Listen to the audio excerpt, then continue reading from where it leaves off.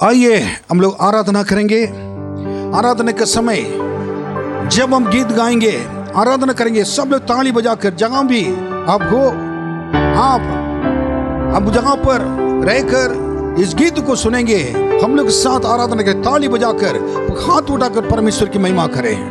आराधना हो आराधना, ये गीत आपको मालूम है और इस गीत हम सब लोग गाएंगे। जीसस। पवित्र दिल से आराधना, प्रेमी मन से आराधना,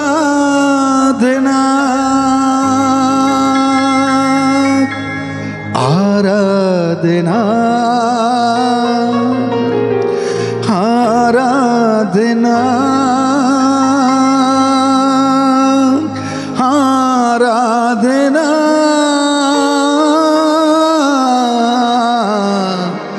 आराधना।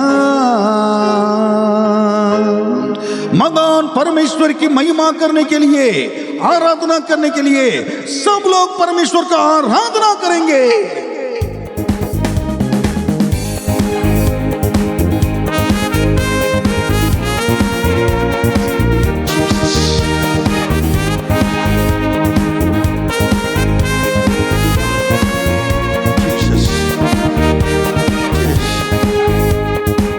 आराधना हो आराधना, खुदावन यीशु की आराधना। आराधना हो आराधना, खुदावन यीशु की आराधना। आमेन। ताली बजाएंगे, सब लोग गाएंगे। शांति दाता की आराधना, मुक्ति दाता की आराधना हम कहेंगे। शांति दाता की आराधना, मुक्ति दाता की आराधना। शांति दाता की आराधना, मुक्ति दाता की आराधना। आराधना हो आराधना, खुदावन यीशु की आराधना। आराधना हो आराधना, खुदावन यीशु की आराधना गाएंगे। पवित्र दिल से आराधना, प्रेमी मन से आराधना। जीसस।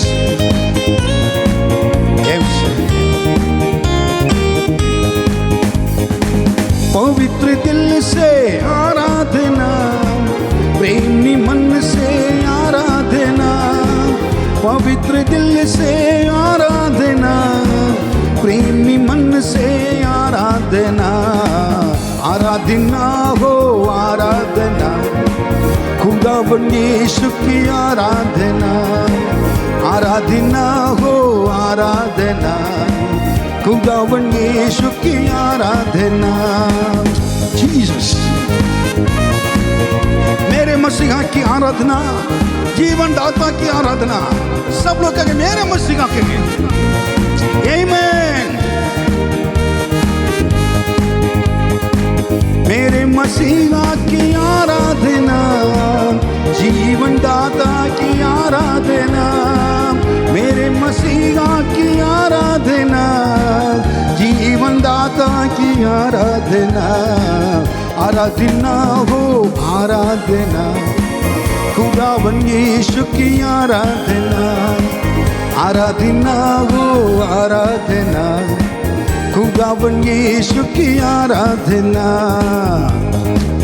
दूतों के संग संग आराधना करेंगे, स्तुति प्रशंसा से आराधना करेंगे। जीसस।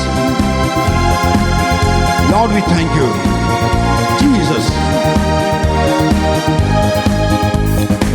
दूतों के संग संग आराधना, स्तुति प्रशंसा से आराधना। दूतों के संग संग आराधना, स्तुति प्रशंसा से आराधना। आराधना हो आराधना, खुदावन यीशु की आराधना, आराधना हो आराधना, खुदावन यीशु की आराधना। मेरा राजा यीशु आए हैं, सब मिलकर हम गाएंगे, हम ताली बजाएंगे, खुशियां मनाएंगे और चिंता छोड़कर प्रभु को स्तुति करेंगे। मेरा राजा यीशु आए, सब मिलकर गाएंगे, हम ताली बजाएंगे। मेरा राजा यीशु आए, सब मिलकर गाएंगे, हम ताली बजाएंगे। खुशियाँ मनाओ, खुशियाँ मनाओ, खुशियाँ मनाओ, खुशियाँ मनाओ, चिंता छोड़ो स्तुति गाओ, चिंता छोड़ो स्तुति गाओ। मेरा राजा यीशु आए, सब मिलकर गाएंगे, हम ताली बजाएंगे।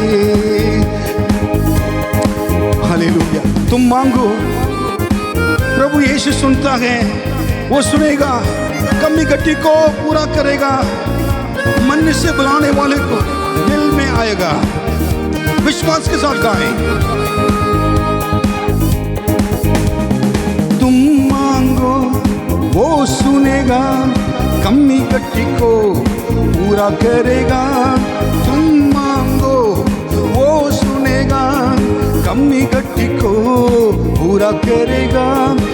मन से बुलाने वालों को दिल में आएगा, मन से बुलाने वालों को दिल में आएगा।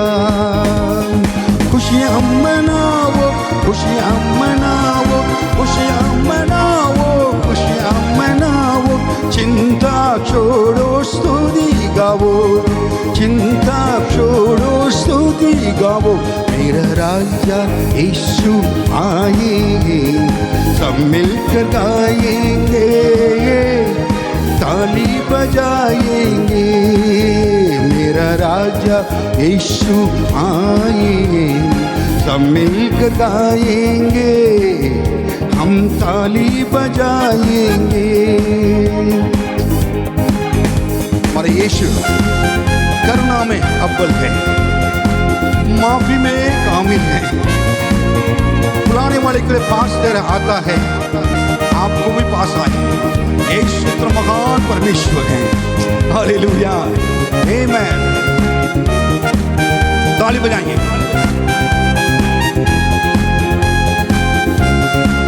जीसस।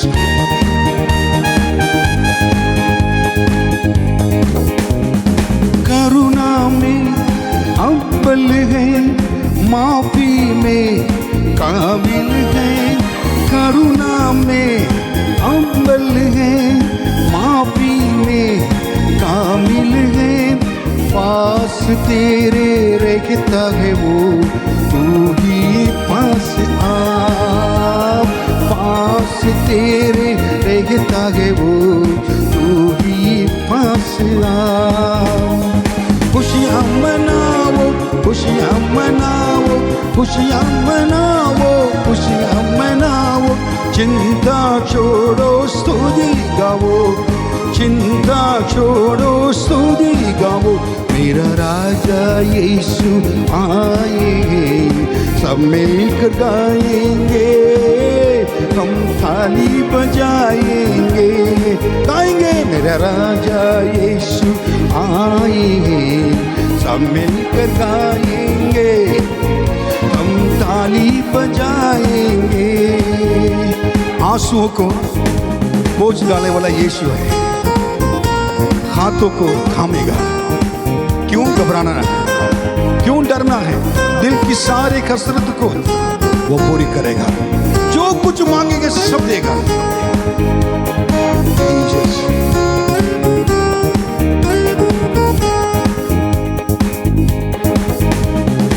आंसुओं को पोंछेगा, हाथों को थामेगा। आंसुओं को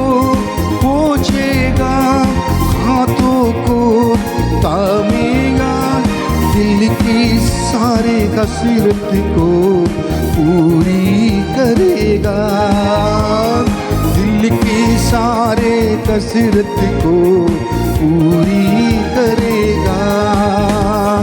खुशियाँ मनाओ, खुशियाँ मनाओ, खुशियाँ मनाओ, खुशियाँ मनाओ, चिंता छोड़ो स्तुति गाओ, चिंता छोड़ो स्तुति गाओ। मेरा राजा यीशु आए, सब मिलकर गाएंगे, हम ताली बजाएंगे। मेरा राजा यीशु आए हैं, सब मिलकर गाएंगे, हम ताली बजाएंगे। निर्बल को बल देगा, रोगी को छू लेगा, शैतान भी कांपेगा। यीशु के सामने शैतान हार जाएगा। ओ निर्बल को बल देगा, रोगी को छू लेगा। निर्बल को बल देगा, रोगी को छू लेगा, शैतान भी कांपेगा यीशु के सामने। शैतान भी कांपेगा यीशु के सामने। खुशियाँ मनाओ, खुशियाँ मनाओ, खुशियाँ मनाओ, खुशियाँ मनाओ, चिंता छोड़ो स्तुति गाओ, चिंता छोड़ो स्तुति गाओ।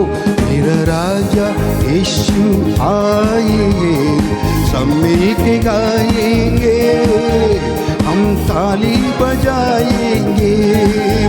मेरा राजा यीशु आए, सब मिलके गाएंगे, हम ताली बजाएंगे। Hallelujah, hallelujah, hallelujah, hallelujah, hallelujah, hallelujah, hallelujah, hallelujah, hallelujah. सब आराधना करें, हालेलुया। सब लोग हाथ उठाकर hallelujah, hallelujah, hallelujah, hallelujah, hallelujah, hallelujah, hallelujah, hallelujah.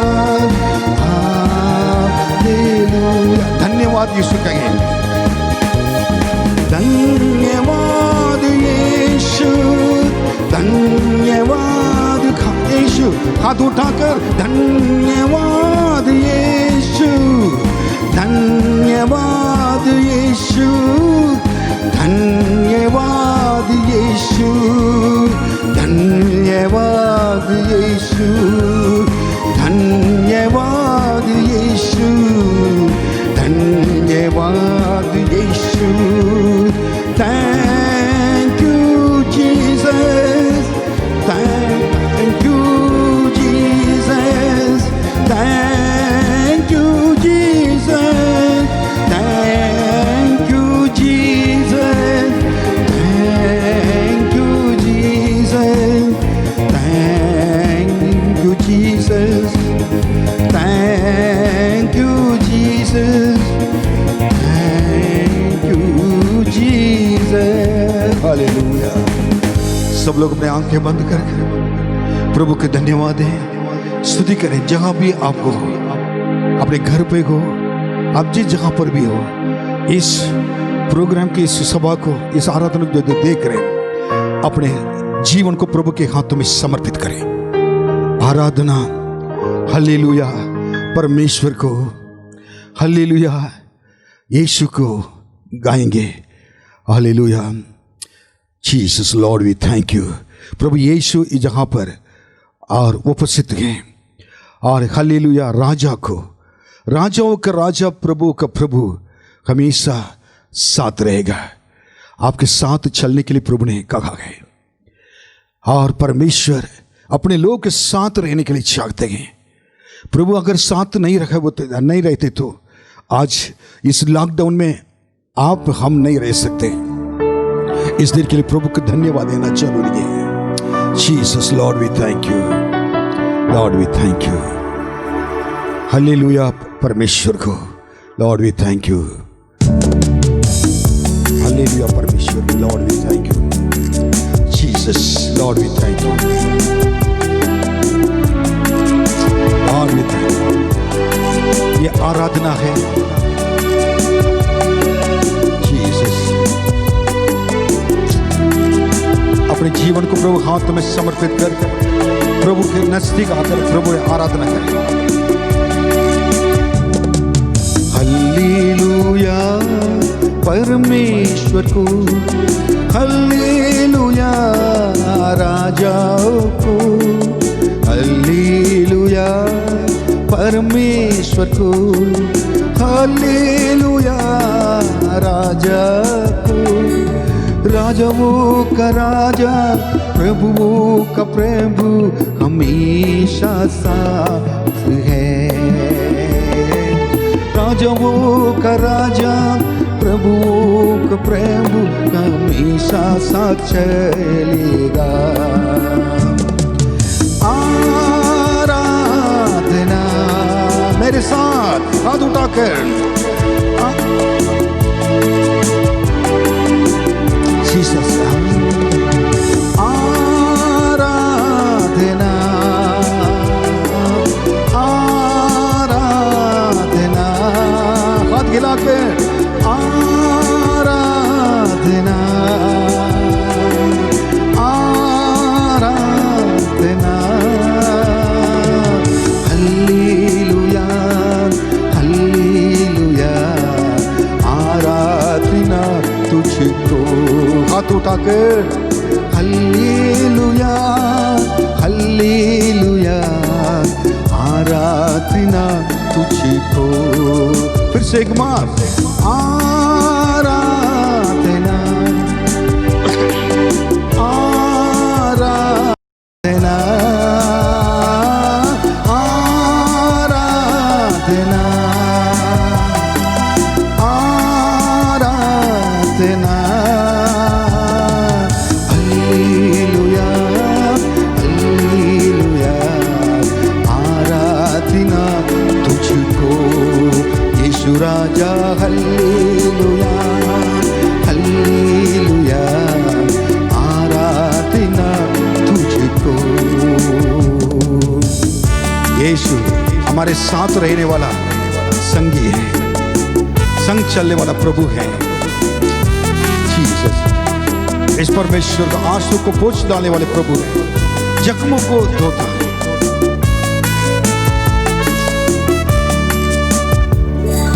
मेरा साथी, मेरा संगी, मुसीबत में सहारा, मेरा दुल्हा। मेरा साथी, मेरा संगी, मुसीबत में सहारा, मेरा दुल्हा। आंसुओं को पोंछता, जख्मों को धोता, प्रेम से चलाएगा। आंसुओं को पोंछता, जख्मों को धोता, प्रेम से चलाएगा। सब लोग गाएंगे आराधना, आमेन, आराधना, हालेलुया आराधना, आराधना। हालेलुया, हालेलुया आराधना तुझको। हालेलुया, हालेलुया आराधना तुझको। आराधना, आराधना। हालेलुया, हालेलुया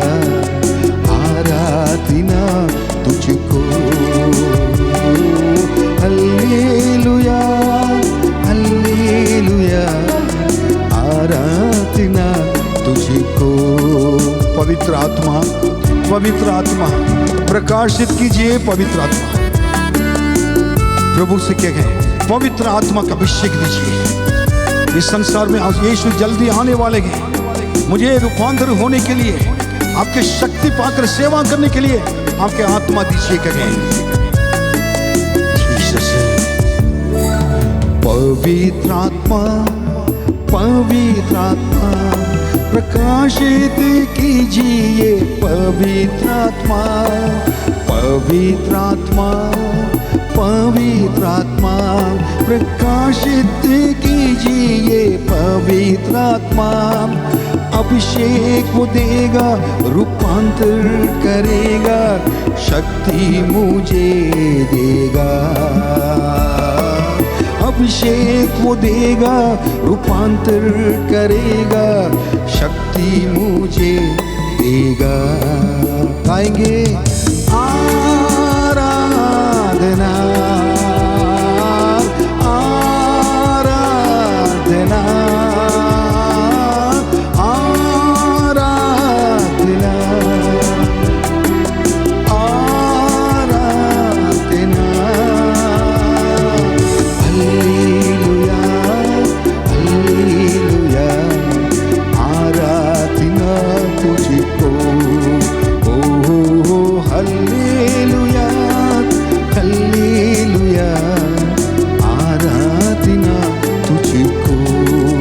ओ हालेलुया, हालेलुया,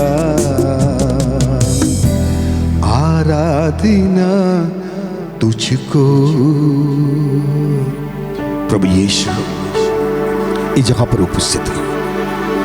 प्रभु आपसे बातें कर रहा है।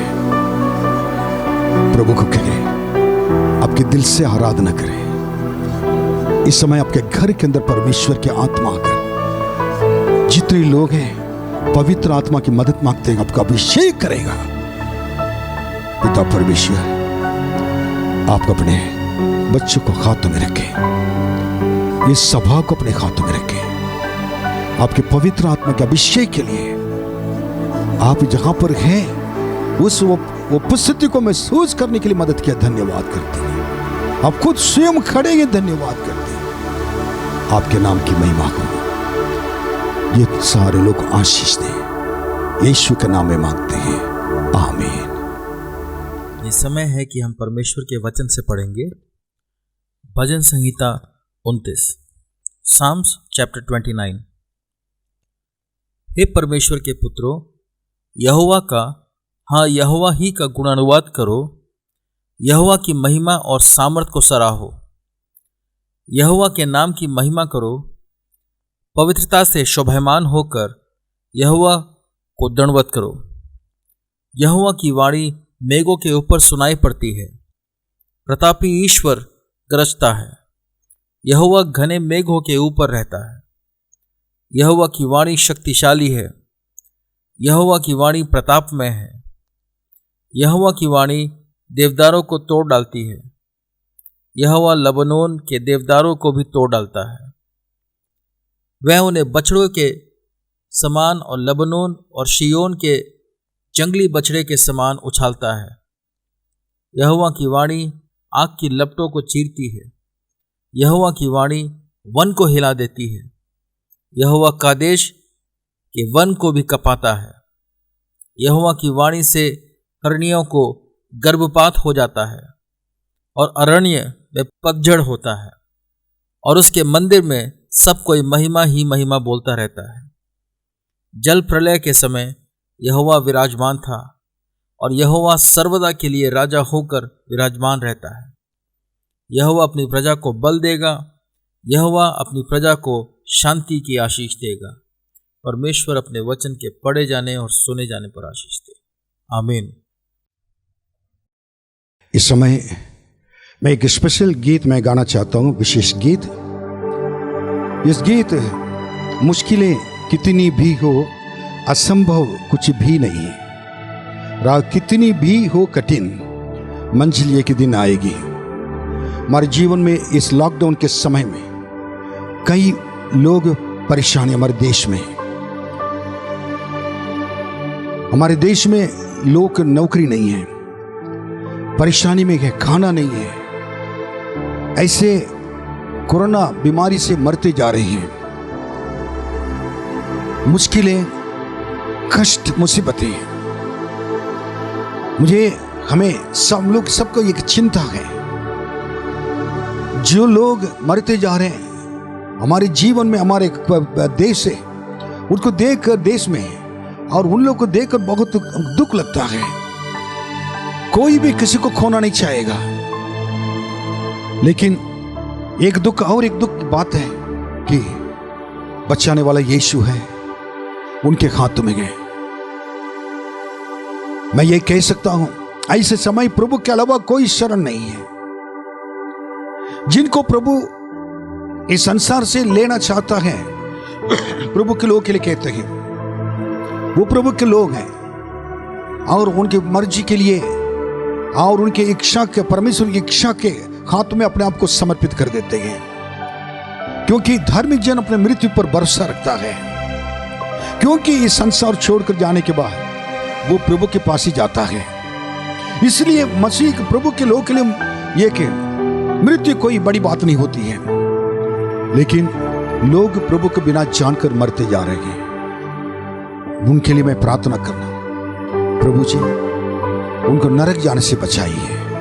लेकिन विश्वासियों के लिए जो बाकी रह रहे हैं, उनके लिए मुश्किलें कितनी भी हो, असंभव कुछ भी नहीं है। प्रभु पर विश्वास करें।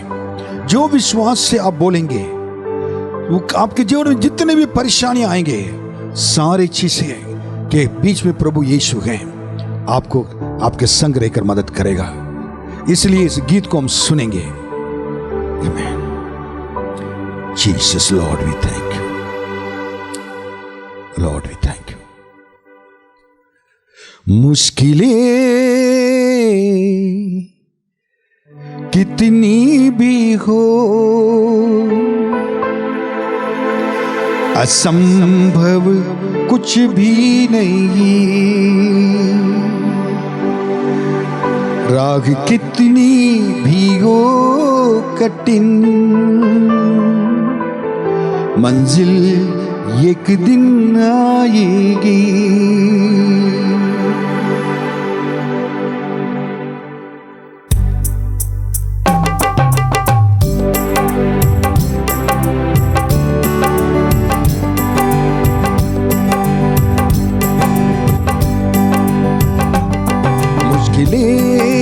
कितनी भी हो, असंभव कुछ भी नहीं। राह कितनी भी हो कठिन, मंजिल एक दिन आएगी। कितनी मुश्किलें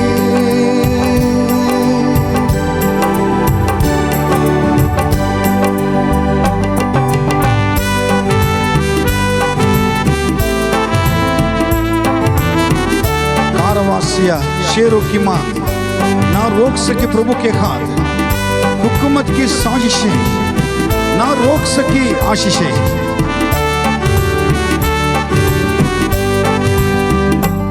कारवां शेरों की मां ना रोक सके प्रभु का हाथ।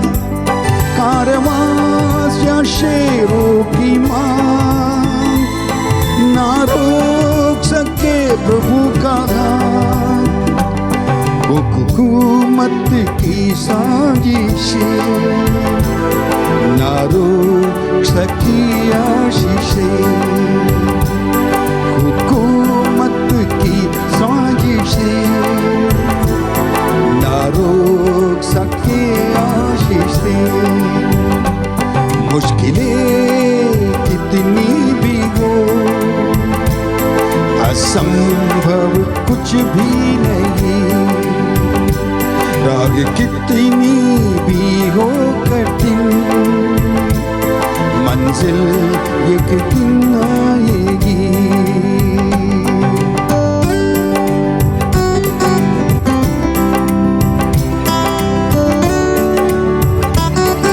ये पहाड़ उखड़ जाएंगे, समुद्र पे बढ़ जाएंगे, विश्वास यदि हो अटल, जो कहेगा वो होगा सफल। ये पहाड़ उखड़ जाएंगे, समुंदर में पड़ जाएंगे। ये पहाड़ उखड़ जाएंगे, समुंदर में पड़ जाएंगे। विश्वास यदि हो अटल, जो कहोगे वो होगा सफल। विश्वास यदि हो अटल, जो कहोगे वो होगा सफल। मुश्किलें कितनी भी हो, असंभव कुछ भी नहीं। राह कितनी भी हो कठिन, मंजिल एक दिन आएगी। विश्वास से जो बोलोगे, आंखों से वही देखोगे। विश्वास का हर वचन पूरा होगा, टलेगा नहीं।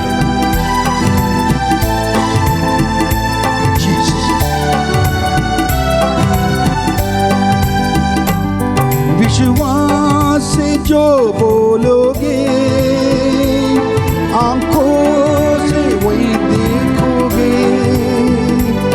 विश्वास से जो बोलोगे, आंखों से वही देखोगे। विश्वास का हर वचन पूरा होगा, टलेगा नहीं। विश्वास का हर वचन पूरा होगा, टलेगा नहीं। मुश्किलें कितनी भी हो, असंभव कुछ भी नहीं। राह कितनी भी हो कठिन, मंजिल एक दिन आएगी। मुश्किलें कितनी भी हो, असंभव कुछ भी नहीं। राह कितनी भी हो कठिन, मंजिल एक दिन आएगी।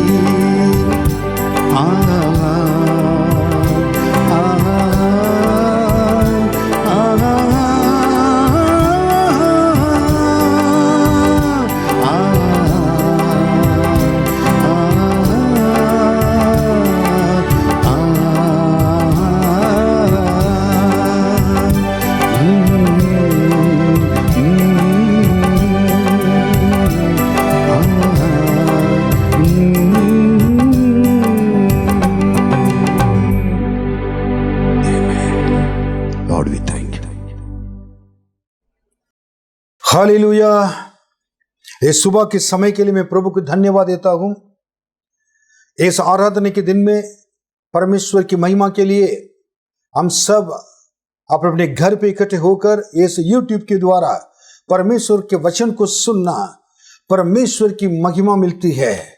स्वर्ग से परमेश्वर हम सबको इस समय देख रहे हैं। धन्यवाद आपके विश्वास के लिए, विश्वास योग्यता के लिए। समय निकालकर आराधना के समय को अपने आदर किया है, सम्मान किया है, और आपने प्रभु के लिए इतना त्याग किया है, और परमेश्वर के वचन को सुनने के लिए इतना इच्छुक हैं। इसके लिए मैं प्रभु को धन्यवाद देता हूं। हम लोग कुछ दिनों से, कुछ रविवार से हम लोग कुछ स्पेशल बातों के द्वारा उसको मनन करते आ रहे हैं। मेन बात है कि मैंने कहा था 4 बैकस्लाइडर्स, देयर आर 4 बैकस्लाइडर्स, और जो परमेश्वर से हटकर, पीछे हटकर जाने वाले 4 तरह के लोग हैं। उसका उदाहरण के रूप में से, दृष्टांत के रूप में से मैंने बताया। पहली चीज तो 100 भेड़ था, उसमें एक खो गया था, द लॉस्ट शीप, खोए हुए भेड़ के बारे में। दूसरे के बाद मैंने खोए हुए सिक्के के बारे में मैंने बताया, और 10 में एक खो गया था।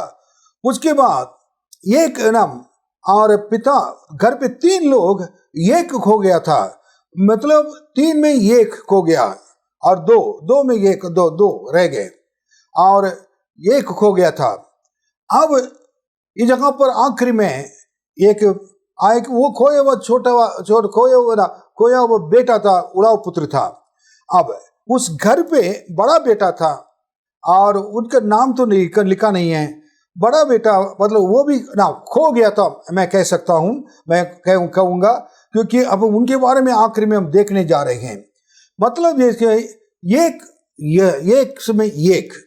एक खो गया था, एक आने वाला था, एक आया था, ये जो रहा था, और दोनों को मतलब 100 में 1, 10 में 1, और 2 में 1, और 1 में 1। सो प्रभु को मैं धन्यवाद देता हूं इस समय के लिए, और इसके ऊपर हम थोड़ा ध्यान देंगे। और खोए हुए बेटे के बारे में लूका का 15वां अध्याय में, और 11वां वचन से लेकर 24वां वचन तक लिखा हुआ है। और उसको हम लोग ने देखा था, कैसे खो गया था, फिर कैसे वापस आया था। अब आज क्या कि हम देखने जा रहे हैं, उस घर पे 2 बेटे में थे, खोए हुए बेटे को हम लोग देखा। अब बड़े बेटे के बारे में देखने जा रहे हैं। बड़ा बेटा पिता के साथ रहता था, उसको थोड़ा हम पढ़ेंगे, और 25वां वचन से आखिरी तक पढ़ेंगे। परंतु उसका जेठा पुत्र खेत में था। हाँ। जब वह आते हुए घर के निकट पहुंचा, तो उसने गाने बजाने और नाचने का शब्द सुना। अतः उसने एक दास को बुलाकर पूछा, यह क्या हो रहा है? उसने उससे कहा, तेरा भाई आया है, और तेरे पिता ने पला हुआ बछड़ा कटवाया है, इसलिए कि उसे भला चंगा पाया है। यह सुनकर वह क्रोध से भर गया और भीतर जाना न चाहा, परंतु उसका पिता बाहर आकर उसे मनाने लगा। उसने पिता को उत्तर दिया, देख, मैं इतने वर्ष से तेरी सेवा कर रहा हूँ और कभी भी तेरी आज्ञा नहीं टाली, तो भी तूने मुझे कभी एक बकरी का बच्चा भी न दिया कि मैं अपने मित्रों के साथ आनंद करता। परंतु जब तेरा यह पुत्र, जिसने तेरी संपत्ति वेश्याओं में उड़ा दी है, आया, तो उसके लिए तूने पला हुआ बछड़ा कटवाया। उसने उससे कहा, पुत्र, तू सर्वदा मेरे साथ है, और जो कुछ मेरा है वह सब तेरा ही है। परंतु अब आनंद करना और मगन होना चाहिए, क्योंकि यह तेरा भाई मर गया था, फिर जी गया है, खो गया था, अब मिल गया है। इस जगह पर आपको ध्यान से थोड़ा सुनना जरूरी है। इस बेटा पिता के साथ रहता था, लेकिन उसको हम कैसे कह सकते हैं कि ये भी खो गया था। और इसके साथ क्या हुआ था? पिता के साथ रहते हुए, उन घर पे रहते हुए कोई इंसान बर्बाद हो सकता है? ये तो उड़ाऊ पुत्र, जो छोटा बेटा, तो घर छोड़कर, संपत्ति को लेकर और पिता को छोड़कर, घर छोड़कर, दूर देश में जाकर और कुकुर में अपने सारे संपत्ति को उड़ाकर, फिर कष्ट उठाकर, और फिर उसको नीचे की स्थिति को भी देकर फिर मन फिराकर आया। इसको तो हमको समझ में नहीं आ रहा है। लेकिन बड़ा बेटा तो बहुत अच्छा है, वो घर नहीं छोड़ा है और कुछ भी नहीं किया है। लेकिन इस जगह पर बड़े बेटे के बारे में बहुत कुछ लिखा हुआ है। छोटा बेटा प्रभु को छोड़कर बागर चांद पीछे हटकर जाने वाले एक विश्वासी के समान है। वो दूर चले जाता, कलीसिया छोड़ देता है। पिता का घर कलीसिया को दर्शाता है। पिता परमेश्वर को दर्शाता है, और दोनों बेटे विश्वासियों को दर्शाते हैं। इस विश्वासियों में 2 तरह के लोग हैं। एक तो उन्होंने पिता के आशीषों को लेकर उसको क्या दूर चला गया था। सबसे बड़ी खतरनाक बात है कि और पिता के साथ रहकर, पिता से सीखकर और आशीषों को पाकर, कुछ ज्ञान आने के बाद फिर अपना निर्णय लेकर दूसरी जगह पर जो जाता है, उसके लिए जीवन मिलना बहुत मुश्किल होता है। मैंने पिछले एक हफ्ते में यही कहा था। हो सकता है अपने आपे में आकर क्या कि वापस वो आया पिता के, सो पिता के पास वापस आया। सो ये जगह पर उसने सब कुछ सीख कर जाना और हर चीज को क्या करना कि बर्बाद कर वापस आना, ये हम विश्वास नहीं कर पाते हैं। आज भी कलीसिया में कई लोग को ना आते हैं, कुछ भी नहीं मालूम था, प्रभु यीशु को ग्रहण करते हैं, प्रभु यीशु को जानते हैं, फिर पिता के घर कलीसिया में आते हैं और 4 लोग से संपर्क हो जाता है, अच्छी तरह रहते हैं, उसके बाद कुछ सीखते हैं, गाना सीखते हैं, कुछ प्रार्थना करने सीखते हैं, वचन सीखते हैं, फिर लिखते हैं। उसके बाद क्या करते हैं कि अब मुझको ना किसी की जरूरत नहीं, मैं जाकर कहीं खड़े होकर नाच सकता हूँ, गा सकता हूँ, मैं प्रचार कर सकता हूँ कहकर अपने आप को उठाकर ऊंचे स्थान पर रखने के लिए कई लड़के, कई जवान लड़के बच्चे चले जाते हैं, कई बड़े लोग भी चले जाते हैं, कई लोग विश्वासी लोग क्या करते हैं अपने अलग अलग कलीसिया में, मैंने देखा है, जितने में कलीसिया गया कई बार ये सुनने के लिए मिल रहा है। लेकिन ऐसे गए हुए लोग के साथ परमेश्वर कभी नहीं रखे। प्रभु कहेंगे कि मैं तुम्हें नहीं जानता हूं, जहां तुमने मैंने रखा है, जहां तुमको मैंने लाया है, उस जगह पर तुम बिना विश्वास के साथ, वफादारी के साथ, विश्वास योग्यता के साथ और तुम रह नहीं पाते हो, तुम दूसरी जगह पर तुम मेरे लिए क्या कर सकते हो। नरक में रहने वाले एक व्यक्ति बोला नहीं कि मैं जाकर इधर किसी को भेजिए, मेरे भाई लोग हैं 5, उन लोग को सुसमाचार सुनाए। परमेश्वर ने, अब्राहम ने कहा था कि उधर मूसा जैसे लोग हैं, एलिया जैसे लोग हैं, और पास्टर लोग बहुत हैं और वो प्रचार करने के लिए तैयार है, उनके प्रचार कोई नहीं सुनता है। इधर से स्वर्ग से भी कोई दूत जाएगा और कोई सुनेगा नहीं। इसका मतलब परमेश्वर के द्वारा नियुक्त किया हुआ परमेश्वर के सेवक लोग को परलोक भी क्या करते, सम्मान देती हैं। ये चीज को ना जानना जरूरी है। उनको नहीं सुनता तो परमेश्वर उनको नहीं, तो अगर उन लोग को जो प्रचार कर पास्टर को नहीं सुनता है तो फिर उनको सुनने के लिए, उनके प्रार्थना को सुनने के लिए कोई भी नहीं रहेगा। अब बड़े बेटे के बारे में आएंगे और एक बात पॉइंट में बताऊंगा। नंबर 1, 25वां वचन पढ़िए, 15-25 लूका। परंतु उसका जेठा पुत्र खेत में था। और वो बड़ा बेटा कहां था, खेत में था। इससे हमको पता चलता कि इसका अच्छी बातें एक है कि he was a man of hard working. He was a man of hard working. अपने खेत को समझकर, जानकर अपने खेत में क्या करता था कि और उनके अच्छा काम करता था, कार्य करता था और बहुत कठिन परिश्रम करने वाला है। पिता के घर पे अर्थात पिता के कलीसिया में रहने वाले हर एक विश्वासी कठिन परिश्रम करने वाले प्रभु के लिए होना चाहिए। प्रभु के खेत और प्रभु ने दिया हुआ क्षेत्र हैं और प्रभु के खेत प्रभु के कलीसिया हैं और कलीसिया के अंदर भी, कलीसिया के बाहर भी जाकर विश्वासी लोग कठिन परिश्रम कर परमेश्वर आत्मा को जीत कर लाना जरूरी है। और ये किस लिए गया था, वो जाकर बीज बोया था, पहले जमीन को खोदा और जमीन में काम करना, लोगों से मुलाकात करना, उसके बाद बीज बोना उनके दिल के अंदर, उसके बाद उनके प्रभु के पास लेकर आना सुसमाचार सुनाकर। कोई भी सेवक अपने घर पर बैठकर आलसीपन दिखाता है, काम नहीं करता है, मुझे कोई बात समझ है, वो उसके ऊपर परमेश्वर विश्वास कर कभी कुछ भी नहीं देंगे। आज के काम को आज के दिन करने वाले व्यक्ति को परमेश्वर क्या करता है, राम उन पर प्रीति रखता है। आज के दिन को कल करना, कल के दिन परसों करना, परसों दिन 4 दिन के बाद, 4 दिन का 40 दिन के बाद और 14 दिन के बाद परमेश्वर पसंद नहीं करता। ऐसे आलसी लोगों को परमेश्वर को बिल्कुल नहीं चाहिए। कारण बताकर भागने वाले को भी परमेश्वर कभी पसंद नहीं करते। मैंने जिस दिन परमेश्वर ने मुझे जगह पर लखनऊ में लेकर आए थे, मैं वफादारी से कहना चाहता हूं, नम्र दीन होकर कहना चाहता हूं, मैंने एक ही दिन भी रेस्ट नहीं किया, परमेश्वर के लिए दौड़ा। प्रार्थना, परमेश्वर के वचन को पढ़ना, समझना, रात दिन, ये तो एक अलग एक कठिन परिश्रम।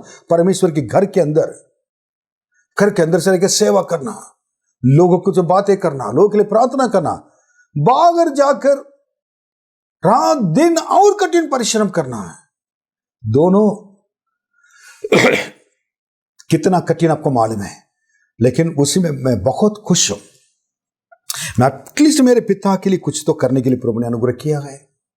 मैं अपने समय को घर पे बैठकर आलसीपन के साथ मैंने आना बिताया नहीं था मैंने, और इसको बेकार नहीं किया है, उसको वेस्ट नहीं किया। मैं समझता हूं you need to work very hard in the field of God.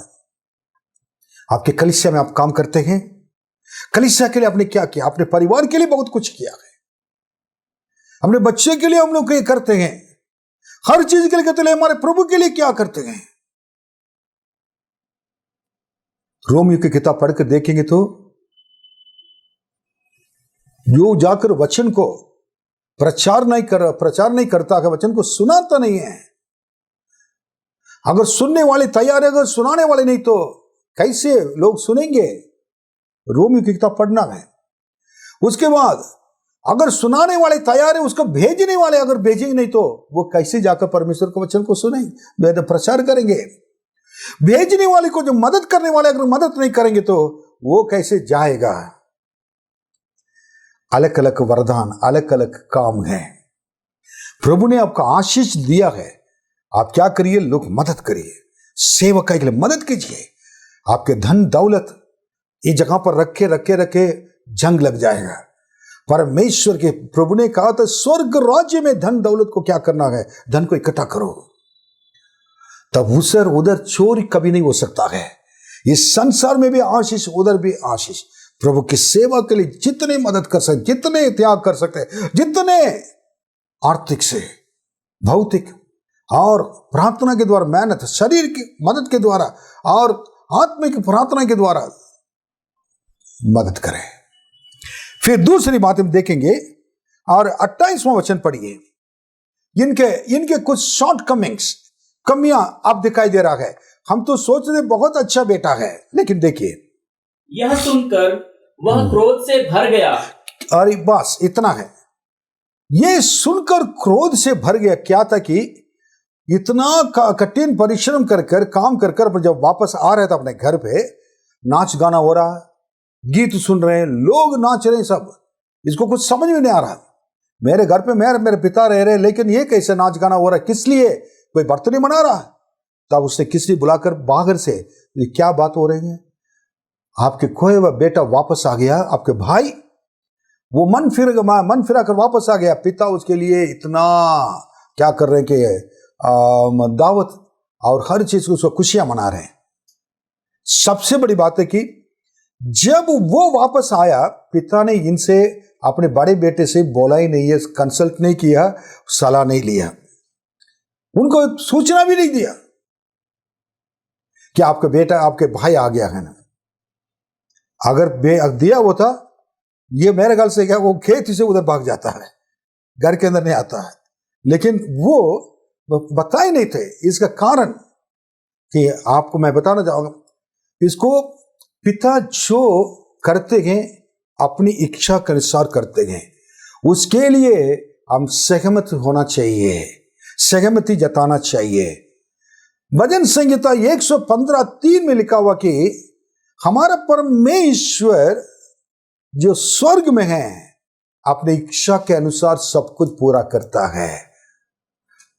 अय्यूब की किताब में कहता है, अय्यूब, प्रभु आप परमेश्वर, आप सब कुछ अपनी इच्छा के अनुसार ही करते हैं।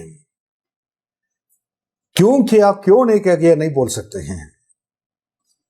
इसलिए उनके अधिक तो यह है। दूसरी बात है पिता का इच्छा, और लेकिन अपने बेटे के ऊपर भी विश्वास किया, बड़े बेटे के ऊपर भी। वो क्या है कि अच्छा है, और वो कभी गलत नहीं समझेगा। पिता के विश्वास को इन्होंने तोड़ दिया। जब आकर पूछा था, पूछने के बाद ये सब नाच गाना हो रहे, तो फिर उसके बाद गुस्सा आ गया है। इतने साल आप रहकर आपके अंदर जो गुस्सा पहले था, यीशु को ग्रहण करने से पहले, प्रभु यह उद्धार पाने के पहले, जब यीशु को ग्रहण करने के बाद यीशु ने पापों को क्षमा के लिए गुस्से को जला दिया गया था। यदि कोई प्रभु यीशु मसीह में नई सृष्टि है, पुराने बातें बीत गई, सब नहीं बन गए। दूसरा कुरिन्थियों 5:17 में लिखा हुआ है। लेकिन ये गुस्सा को कहां रखा होता है? गुस्से से मन तो फिराया, लेकिन गुस्से से मन नहीं फिराया है। गुस्से को छिपा कर रख दिया।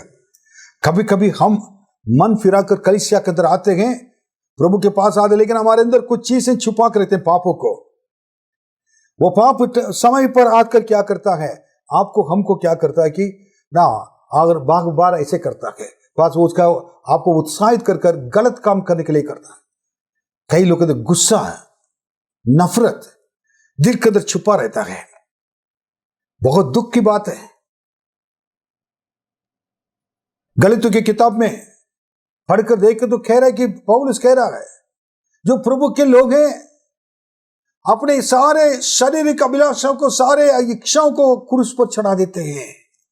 आपके गुस्से को क्रूस पर चढ़ाना चाहिए। अगर आपके अंदर गुस्सा है और आप सही नहीं है, आप सही नहीं हो सकते हैं। गुस्सा को जलाना चाहिए, गुस्से से दूर रहना चाहिए। नीति वचन में क्या है? गुस्से वाले से ना मित्र ना बनो। गुस्सा वाला किसी के ऊपर भरोसामंद नहीं हो सकता है। परमेश्वर के लोगों की बातों में शांति रहता है। आपको चेहरे को देखकर, आपकी बातों को देखकर, मीठा वचन से, मधुर वचन जो बोलते हैं, मिठास को देखकर वचन के लोग आपके पास आना चाहिए। ठीक। उसके बाद आप देखिए 28 वचन में, और 28 वचन पर दोबारा पढ़िए। यह सुनकर हाँ, वह क्रोध से भर गया और भीतर जाना न चाहा। घर के अंदर दूसरी बात जाना नहीं चाहा, मतलब घमंड आ गया है। मैं क्यों जाना है? अरे वो कौन है? कहां जाकर सब कुछ उड़ा कर आ गया? एक है ये गलत लोग। वह कहीं जाकर पाप करेगा, सब कुछ करेगा, घर के अंदर आएगा, पिता क्या करेंगे? पास्टर उनको क्या ग्रहण अंदर घुसा देंगे, अंदर ले लेंगे। और उसके बाद क्या है कि ये अच्छा लगता है, ये अपने आप में सोच रही है। प्रियो, आत्मिक पिता पर स्वर्गीय पिता दोनों मिलकर ही कलीसिया चलाते हैं। पास्टर अकेले कलीसिया नहीं चलाते। जैसे परमेश्वर कहते वैसे चलाते हैं। यदि कोई मन फिरा के आता है, उसको नीचा ना समझें। वो घर छोड़कर जाने से पहले आपके बेटा आपका बराबर का था, सारे हिस्सा था। उसको भी आपको भी, दोनों को बराबर हिस्सा था पिता के घर पे। ये नहीं समझा आपने? उन्होंने इसको ले जाकर खो दिया है, इसका मतलब वो नीचे गिर गया, गिर चुका है। जब हम गिर पड़े हुए थे गड्ढे के अंदर, दलदल के कीचड़ के अंदर, यीशु इस संसार छोड़, परमेश्वर संसार छोड़कर इंसान बनकर यीशु का नाम आकर आपको उठाया। उस समय तो आपने कुछ नहीं कहा। अब कहां से घमंड आ गया है? मैं बड़ा हूं, मैं इतने साल के विश्वासी हूं, इतने साल से रह रहा हूं, इस चर्च का वफादार मेंबर हूं, इस चर्च का वफादार विश्वासी हूं, मेरे अलावा कोई नहीं है, ये नहीं है, वो नहीं है। नो! आपके अंदर जो घमंड की चीज को तोड़ दीजिए। भजन संहिता 138 में घमंड करने वाले को परमेश्वर दूर से पहचानता है। पहला पत्रस 5वां अध्याय में नम्र लोग के नजदीक परमेश्वर रहता है, नम्र लोग को ऊंचा उठाता है। आमेन, हालेलुया। सो फिर उसके बाद 29वां वचन पढ़िए। और क्या उसने कुछ बातें देखेंगे। उसने पिता को उत्तर दिया, देख मैं इतने वर्ष से तेरी सेवा कर रहा हूं और कभी भी तेरी आज्ञा नहीं टाली। पहली बात तो पिता से इतना ऐसे बात करने के लिए कैसे मन आया? क्या सोचकर? कभी पिता को ऐसे जवाब नहीं दिया है, कभी नहीं जवाब दिया था। पिता से ऐसे बात तक नहीं किया था उसने। पिता जैसे कहते थे मानता था। लेकिन आज पिता के सामने खड़े होकर अपने मुंह खोलकर जबान खोल बात कर रहा है। It's a very very very awkward, unbearable. Bible में जितने देखेंगे, जैसा परमेश्वर ने कहा मूसा ने किया, जैसा मूसा ने कहा यहोशू ने किया, जैसे यहोशू ने किया लोगों ने किया। ना एक जैसे लोग ने लीडर्स ने कहा किया वैसे बाकी लोगों ने किया था। कितनी बड़ी बात है। रोमियो में प्रभु यीशु ने कहा था यीशु मसीह संसार में आकर दुख उठा उठाकर आज्ञा मानने सीखा। आज्ञा मानने सीखे। आज्ञा मानना मतलब कि दुख उठाने के बाद आज्ञा कैसे मान सकते हैं? दुख उठाने वाले आज्ञा मानना मुश्किल है। एक इंसान के मारते जाओ, आज्ञा पालन नहीं कर पाएगा और गुस्सा हो जाएगा, लेकिन इसने यीशु ने आज्ञा माननी सीखी। पिता के कष्टों के समय, ऐसे समय पर बिना समझते हुए बोलना नहीं चाहिए। आपने कई बातें अपने पिता के विरोध बोलकर उनके दिल दुखाया है। कई बार पिता के दिल टूट कर अकेले रोया है। क्या बोलना आपको मालूम नहीं है, अपने क्या नहीं बोलना मालूम नहीं है, आपने बोल दिया है। आपको कोई फर्क नहीं पड़ता है। बड़े बेटे को कोई फर्क नहीं पड़ा है। अच्छे विश्वासी लोग इतने साल से कलीसिया में रहकर इसी प्रकार बोलने वाले को कोई फर्क नहीं पड़ता है, लेकिन पिता को बहुत फर्क पड़ता है। गुस्सा, उसके बाद क्या है, घमंड साथ साथ काम कर रहा है। इस चीज को कभी शैतान के द्वारा आने वाली चीज है, कभी आप इस चीज को मौका नहीं देना है। उसके बाद देखिएगा 29 में पढ़िए दोबारा। उसने पिता को उत्तर दिया। उत्तर दिया। उन्होंने उत्तर देने के तो कैसे जमाने मालूम नहीं बना हुआ। माँ बाप को आदर सम्मान करना, उनकी बातों को पलट कर जवाब नहीं देना। मेरे भाई, अपने पास्टर की बातों को सुनकर पलट कर जवाब नहीं देना है। देन उसके बाद क्या किया उसने? देख, मैं इतने वर्ष से तेरी सेवा कर रहा हूँ और कभी भी तेरी आज्ञा नहीं टाली। मैंने इतने साल तक, वो कह रहा है कि सेवा किया है। आज पता चल रहा है कि ये अपने मुंह से बता रहा, मैंने सेवा किया है। किसने मना किया? किसने कहा था कि अपनी सेवा नहीं? पिता को मालूम नहीं था। वो कह रहे कि मैंने सेवा नहीं किया है। वो जो फरीसी व्यक्ति, 2 लोग प्रार्थना करने के लिए मंदिर में गए थे, उन्होंने कहा मैंने सेवा किया, मैंने दशवांश दिया, मैंने क्या कि ना हफ्ते में 2 बार उपवास किया, ये सब कुछ कहता था। आज्ञा यही है उसका और इसका क्या फर्क है? क्या कि मैंने सेवा किया था, क्या नहीं दिया, और कभी भी तेरी आज्ञा नहीं टाली। मैंने कहा कि कभी भी अब आज्ञा नहीं टाली। लेकिन इससे एक अच्छी बातें सीखने को मिल रही हैं। ये इस जगह भी बोल रहा है उस समय तक पिता का एक आज्ञा को भी क्या है, नहीं टाली। ये सच्चाई है, ये सच है। थोड़ी देर के पहले तो पिता जाकर बुलाए रहते उसको, 5 मिनट के पहले, हाँ जाओ बेटा, ऐसे बोल रहे थे। तुम्हारा भाई आ गया ना, वो घर के अंदर, मैं नहीं आऊंगा, मैं जा रहा हूं बोला। पिता के आज्ञा को तो अभी तोड़ा, अभी भी तोड़ा। वो कह रहे कि आपकी अभी तक मैंने आपके आज्ञा को कभी नहीं तोड़ा है, कभी नहीं माना। ये तो कहानी है ही नहीं, झूठ मत बोलो। आज्ञा भी तोड़ दिया। उसके बाद कह रहे कि आप किए होंगे, लेकिन उस समय आज्ञा नहीं तोड़ा। लेकिन आप भी क्या है, आपके जीवन पहले यीशु के ग्रहण किए थे, आप कैसे थे वो बात नहीं है, लेकिन आजकल आपके जीवन प्रभु में कैसा है। How you are leading your life, that's very very important. How you were, that another thing. कैसे थे वो, उससे ज्यादा आपका परमेश्वर का संबंध क्या है, आपका पिता का संबंध क्या है, आप क्या कर रहे हैं। 5 मिनट का पहले पिता ने बुलाया, वापस नहीं आया, उनका आज्ञा को तोड़ दिया। उसके बाद कह रहे कि मैंने आज्ञा को तोड़ा ही नहीं। अपने पुरानी गवाही बता कर कई लोग जी रहे। मैंने यीशु ग्रहण किया, बपतिस्मा लिया, प्रभु ने ऐसा किया। भैया सब कुछ किया था, लेकिन आज कैसे हो? आपका परमेश्वर के क्या संबंध है? आपका अपने कलीसिया क्या संबंध है? आपके अपने पास्टर क्या संबंध है? That is very very important. Hallelujah. ये चीज क्या है कि ओके। फिर उसके बाद उसने क्या किया था 29 में और लिखा है एक बात, पढ़िए। तो भी तूने मुझे कभी एक बकरी का बच्चा भी ना दिया कि मैं अपने मित्रों के साथ आनंद करता। देखिए वो कह रहे थे इसी में 29 में 3 चीजें मिल। पहली चीज तो इसके अंदर क्या है कि मैं कुछ हूं, ये है मैं कौन हूं, वो कौन है, उसको नीचे समझता था अपने भाई को। दूसरा, मैं बिल्कुल अच्छा हूं, मैंने आपके आज्ञा को अभी तक नहीं डाला, लेकिन थोड़ी देर बाद क्या गलती, अपने आप को जस्टिफाई कर रहा, न्याय कर रहा है। अब तीसरा उसमें है, ये कहकर आपने मुझको एक भी ना मैंने मीट नहीं दिया है, आपने एक भी अच्छा खाना भोजन दिया नहीं, कह रहा है। इसमें लिखी हुई बात को नहीं बताऊंगा, लेकिन क्या क्या है फिर वो ना आप लोग बोलेंगे हमको भी नहीं मिला, हाँ वो बात नहीं। इसमें क्या है कि अच्छा खाना नहीं दिया है, दावत नहीं दिया है मेरे प्रियो।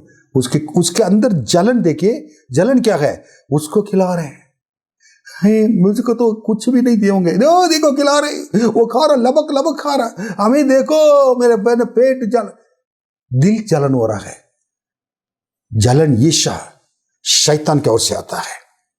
अगर आप दूसरे का आशीष मिलता, आपके भाई को आशीष मिल रहा है, आप खुश हो जाइए, उनके खुशी में भाग लीजिए और उनके शामिल हो जाइए, प्रभु को धन्यवाद दीजिए, प्रभु आपको बहुत से आशीष देंगे। मैं जब मेरे पास कुछ भी नहीं था, थोड़े से लोग थे, साइकिल पे चलता था, मेरे कलीसिया में लोग क्या करते, कुछ लोग 2-3 लोग के पास स्कूटर था, स्कूटर में जाते थे, मैं पैदल चलता था। पर जब भी स्कूटर में जाते थे, मैं साइकिल में जाता था, तब भी मैंने हाथ उठाकर प्रभु और भी आशीष दे, हमारे कलीसिया के सारे लोग को स्कूटर दे दीजिए, मैं पैदल ही चलने के लिए चाहता हूँ, कोई बात नहीं है। जब उनको जो इतना आशीष देंगे, मेरे लिए कितना खुशी होगी ना। लेकिन मुझे ये मालूम नहीं था कि परमेश्वर ने मुझे सबसे अधिक आशीष देकर जगह पर लाकर रखेंगे। हाँ, उनका आशीर्वाद देना, दूसरे के खुशियों में शामिल होकर उनका आशीर्वाद देना, वो उनके खुशियों को देकर आप खुश हो जाइए, आपके जीवन में परमेश्वर भलाई करेगा। हालेलुया। उसके बाद और देन 30वां वचन पढ़िए, दिस अनदर वर्ड। परंतु जब तेरा यह पुत्र जिसने तेरी संपत्ति वेश्याओं में उड़ा दी है आया, तो उसके लिए तूने पला हुआ बछड़ा कटवाया। अतः इस जगह पर बहुत बड़ा प्रॉब्लम ये कह रहा है कि ये कहकर क्या कह रहा है, अपने भाई को क्या कह रहा है, किसका बेटा, आपके बेटा, इसको क्या कहना चाहिए था, मेरे भाई वापस आया, कहने की जगह पर आपके बेटा जो जाकर कुकर्म में क्या है, सारे गंदे काम में पैसे को उड़ा दिया, संपत्ति को उड़ा दिया, वो मन फिरा के आया है। ये ऐसी बात है, एक पिता के घर पे रहते हो अपने भाई को आपके बेटा ये कहना है। कलीसिया में जब लोग आते हैं, अगर कोई इंसान अगर ऐसे जाकर पाप करके फिर मन फिरा के पे आता है, सब लोग जाके पाप करके आ जाओ, मन फिरा के आओ, कभी ये नहीं है, ये गलत मत समझा, जाना करना नहीं चाहिए। अगर कोई गलती से होकर वापस आ रहा है तो क्या उसको अपने भाई अपने बहन कहकर बुला नहीं पाएंगे, स्वीकार नहीं कर पाएंगे, गले नहीं लगा पाएंगे, बेटा नहीं कह पाएंगे, बेटी नहीं कह पाएंगे। आपके दिल के अंदर बहुत बड़ा दिल होना चाहिए, आपकी शरीर का आपका बहुत बड़ा दिल होना चाहिए, लोगों को गले लगाना, लोगों को स्वागत करना। अगर कोई खो गया तो उसके लिए प्रार्थना करना, इसको कोई चिंता नहीं था, मेरे भाई चला गया, कोई बात नहीं है, उसको उसके बारे में सोच तक नहीं था। कई लोग क्या करते हैं कि कलीसिया में कोई इंसान चले जाता है, अच्छा वाह गया, अब कभी वापस ही नहीं आएगा। इसी प्रकार का एटीट्यूड, स्वभाव नहीं होना चाहिए। अगर कोई जाकर पाप करके और कली से छोड़ के चले जाता है, उसके लिए प्रार्थना करना जरूरी है। पिता के दिल प्रतिदिन दिल के अंदर वेदना को रखकर रोज आकर देखते रहते थे, लेकिन पिता उसके पीछे नहीं गया। इसलिए पीछे नहीं गया था कि अगर जाएगा तो वो मन फिराएगा नहीं। ये कभी नहीं सोचना कि आप गलती करके जाओ, वो पास्टर पीछे पीछे आकर आपको क्या करेंगे, खुशामद करेंगे। परमेश्वर अगर पास्टर करेंगे तो परमेश्वर पास्टर के ऊपर बहुत गुस्सा होंगे।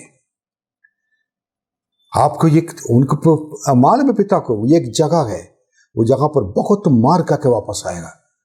अगर उस समय अपने आप में नहीं आया वो था, आखिरी मृत्यु को सामना करना पड़ता। मृत्यु से पहले उसने क्या कर दिया कि बच गया, अपने आप में आ गया है।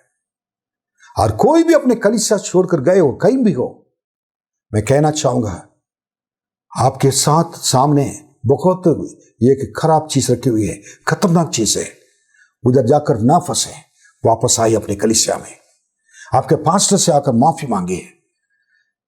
कलीसिया के लोग, विश्वासी लोग, अगर प्रभु यीशु आपके अंदर हो, पवित्र आत्मा आपके अंदर हो, कोई दिल खोल कर उनको स्वीकार कीजिए और उनको मन फिराने के लिए और ही मौका दीजिए। कलीसिया में रहकर और सीखे, वही प्रेम जो पहले आप दिखाते थे करिएगा। जैसे कह रहे कि तुम्हारे बेटा अपने भाई कहने के लिए उसको शर्म आ रहा था, हम ऐसा गलती ना करें। कितने लोग ने मेरे दिल तोड़े, कितने लोग ने बात करना नहीं आता था, मैंने किसी को गलत नहीं समझा।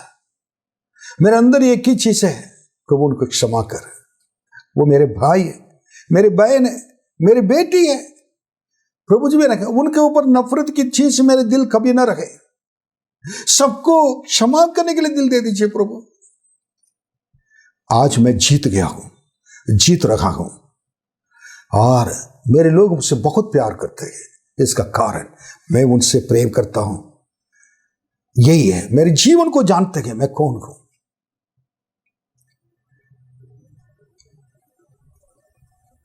लेकिन बाहर रहने वाले लोग, कलीसिया के बाहर रहने वाले, अपने मर्जी के अनुसार जीने वाले, अपने मर्जी के अनुसार चलने वाले के लिए बहुत बड़े आशीष को खोना पड़ेगा। ये देखकर मैं मोस्टली जो अपनी आशीष है वो आशीष उनके हाथ से भी जा सकता है। प्रभु यीशु के अलावा कोई सुरक्षा नहीं है, प्रभु की कलीसिया के अलावा कोई सुरक्षा नहीं है। संकट के समय में वो क्या करता है कि 27वां भजन संगीता में लिखा हुआ 27वां अध्याय में, और संकट के समय में, विपत्तियों के समय में अपने क्या करता, मंडप में छिपा कर रखता है, तंबू के नीचे उनको आड़ में छिपा कर रखता है। हालेलुया। तंबू मतलब कलीसिया है, मंडप मतलब कलीसिया है। ओके, अब मैं खत्म करने से पहले ये एक बात क्या है कि मैं बताना चाहता हूं, और इनके लिए आप हम क्या उसको क्या कर सकते हैं कि एक नाम दे सकते हैं। इनका कुछ डिग्री देंगे तो वो उनका ये बहुत डिग्री को क्या कर दिया, उन्होंने हासिल कर दिया। कुछ लोग होते हैं ना, इतना डिग्री है, वो डिग्री को देके मैं कहना चाहता हूं इसमें पहले बात तो फर्स्ट डिग्री है उनका, he was not loving person, प्रेम करने वाला व्यक्ति नहीं था वो। दूसरा, ब्रदरली लव, और भाईचारा के प्रेम भी उसके अंदर नहीं था अपने भाई के लिए। प्रेम प्रेम कहते हैं, लेकिन प्रेम दिल के अंदर है, आपको कहने से कुछ नहीं होता। आपके दिल के अंदर जो प्रेम सच मुझे दिखाई देना चाहिए, सच में। फिर उसके बाद घर को तो बड़ा लड़का था, पायलटा का सारे आशीषें मिलती हैं, लेकिन इसके अंदर तो पैसे के लालच बहुत ज्यादा था। ये जलन करने वाला एक व्यक्ति था अपने भाई के। जब आ गया था यह बोला कि मुझको कुछ नहीं मिला, इसका मतलब इसको सब कुछ मिला। पिता के घर पे रहने के बाद उसको मालूम था कि सब, पिता ने कहा जितने चीज मेरा आगे सब तुम्हारा ही है। इतना समझ ही उसका अंदर नहीं था। पिता के घर के अंदर, कलीसिया के अंदर रहकर सब कुछ सारे आशीष आपका है। उसको छोड़कर जो मन फिरा के आया, उसके लिए कुछ किया जा रहा है, उसके लालच है, वो खा रहा है, वो भी मुझको मिला नहीं है, उससे कुछ दे दो। आपका भिखारी है क्या? आप तो धन संपत्ति वाले। अगर हम पिता को परमेश्वर के घर पे रहते हैं, पिता के साथ रहते हैं, उसके ऊपर क्यों इतना अपनी नजर नीचे लगा रहे हैं? उसके बाद पिता जाकर खुद क्या कि उनको बुलाया। पिता आकर कोई इंसान को बुलाना बड़ी बात होती है, सम्मान की बात होती है। पिता जाकर इनका अपने घर के अंदर खुद आना है, लेकिन आप क्या करो, पिता जाकर आप घर के अंदर आओ कहना। कलीसिया छोड़कर जाने वाले के लिए क्या है कि पिता जाकर, पास्टर जाकर बुलाएंगे, आइए आइए सिस्टर, आइए ब्रदर, आइए आइए। मैं कहूंगा पास्टर लोगों के लिए, नो, ऐसा ना करें। विश्वासी को मैं कहना चाहता हूं, पिता आकर आपके पास आकर अगर कहेंगे आइए कहेंगे तो आपका दिल नहीं टूटा है? आपके दिल के अंदर क्या है? अपने घर के अंदर वो आने की जगह पर अपने घर मालूम है ये घर मेरा घर है, तब भी अपने घर के अंदर मालूम नहीं आने के लिए आप नहीं चाहा। आपकी कलीसिया मालूम है, कलीसिया में रहते भी आप दूसरे बागर घूमते रहते हो, आप अपने कलीसिया के अंदर आना नहीं चाहा। एक जगह पर पौधे का अगर लग गया तो लगा दिया तो वो पौधा ना परमेश्वर के भवन में रोप भी जाकर बढ़ता है। बार बार वो काट कर ये कलीसिया से वो कलीसिया जाए, वो कलीसिया जाए, वो चर्च जाए, ये चर्च जाए, उन्होंने वो पास्टर बुलाए, ये पास्टर बुलाए, वो पास्टर बुलाए, घूमने के लिए नहीं है। It is not like that. एक के कलीसिया में आप रोप पे जाकर आपको पढ़ते हुए दिखाई देना। 35वां एनिवर्सरी कलीसिया का था, मैंने गवाही को सुना। हमारे बेटा खनी ने, हैरिसन डेविड ने गवाही दिया, मेरे दिल को छू लिया था वो, क्योंकि मैंने कई जगह पर लोग आकर मुझे इधर उधर बुला रहे थे, आइए उस घर उसे वो मेरे कलीसिया मेरे कलीसिया मेरे कलीसिया में। उन्होंने ये कीवर्ड बोला, मेरे कलीसिया में मैं रोपे जा चुका हूं, उसमें बढ़ना है, उसमें मेरे को फलना फूलना है, उसमें फलना है, उसमें मरना है। उस बेटे को प्रभु बहुत उनके परिवार को आशीष दे। ऐसे सारे लोग हैं गवाही के साथ रह रहे, उनकी गवाही जो मैं बोलूंगा तो पूरे दिन देते रहेंगे, एक नहीं है। आपके कलीसिया में आने के लिए कौन आपको मना कर रहा है? आप एनी टाइम आइए, वही प्रेम आपको मिलेगा। आपके पास्टर हाथ बढ़ाकर, प्रभु यीशु उनके साथ हाथ बढ़ाकर आप इंतजार कर रहे हैं, अब वापस आपको आना है। फिर उसके बाद उन्होंने he was always a self justifying person, अपने आप को जस्टिफाई मतलब न्याय करता था। गलतियों को छिपाने के लिए अपने आप को न्याय करना है, मैं सही हूं, मैं सही हूं, मैं सही। कई लोग अपनी गलतियों को मानने के लिए तैयार नहीं रहते, गलतियों को मानने के लिए तैयार नहीं थे, इसलिए अगर मान लिया तो उनको नीचा समझ लेंगे। नो, गलतियों को छिपाने से, नहीं मानने से आपको परमेश्वर आपको नीचा समझेंगे। डॉक्टर प्रवीण मोडिगिल हमेशा मुझे कहते थे, चार्ल्स के अंदर मैंने एक बात देखा, yes means yes, no means no कहेंगे, हाँ मतलब हाँ कहेंगे, नहीं तो नहीं हुए। ये चीज से मैं बहुत पसंद करता हूं। आई अप्रिशिएट माई ब्रदर, मेरे बारे में उनको जानने के लिए प्रभु ने अनुग्रह किया है। आज भी यही है, ये करके दूसरा बोलना, दूसरा करके दूसरा बोले मुझे आता नहीं है, घुमा फिरा कर बोलना, चालाकी को आता नहीं है। मैंने सीखा नहीं, मेरे बच्चे भी सीखे नहीं, मेरे परिवार भी सीखा नहीं, मेरे कलीसिया भी सीखेंगे नहीं, कलीसिया भी नहीं। मैं प्रभु को जानता हूं, ऐसे मैं कर किया होता आज प्रभु की सेवा में, आज जगह पर खड़े होकर मैं नहीं बोलता। क्या कमाना, क्या करना है, कष्ट उठाना है, आज बहुत मेरे लिए आशीष की बात है। फिर उसके बाद आखिरी में, और ये बहुत दुख की बात है, पिता ने बुलाया, आओ तुम आकर, ये बोझ है, प्रीति बोझ है, तुम्हारे बेटा आगे आ गए, तुम्हारे भाई आगे आ गए, उसे भाग लो। उसके लिए मैंने जानवर काटा है और उसका बहुत अच्छा क्या करेगा, खाना आज मिलेगा, आओ। उसमें आकर उसमें खाना नहीं चाहा। उस दावत में पिता उनको इनवाइट करने के बाद भी, बुलाने के बाद भी, विनती करने के बाद भी आने के लिए नहीं आना चाहा। उसका अर्थ क्या मालूम है? वो खुशियां हैं, दावत क्या है कि प्रभु बोझ है। प्रभु बोझ मतलब जैसे उस बछड़े को मारे वही है कि, और वो क्या कि एक बहुत बड़ा प्रभु यीशु मसीह इस संसार में पापों को जा रहे, ये मेमना एक बाइबल में लिखा हुआ है, उस मेमना जाकर क्रूस पर जाकर अपने आप बलिदान हुआ और उस लहू बहाया और अपने शरीर को तोड़ दिया था। आज बहुत बड़ा दावत यही है, यीशु के शरीर हमारे पापों की क्षमा के लिए तोड़ा गया, यीशु के लहू हमारे पापों को धोने के लिए किया। जुड़ा गया। इस पृथ्वी बोझ को कलीसिया में प्रति महीने हम लोग क्या करते हैं, उसको लेते हैं।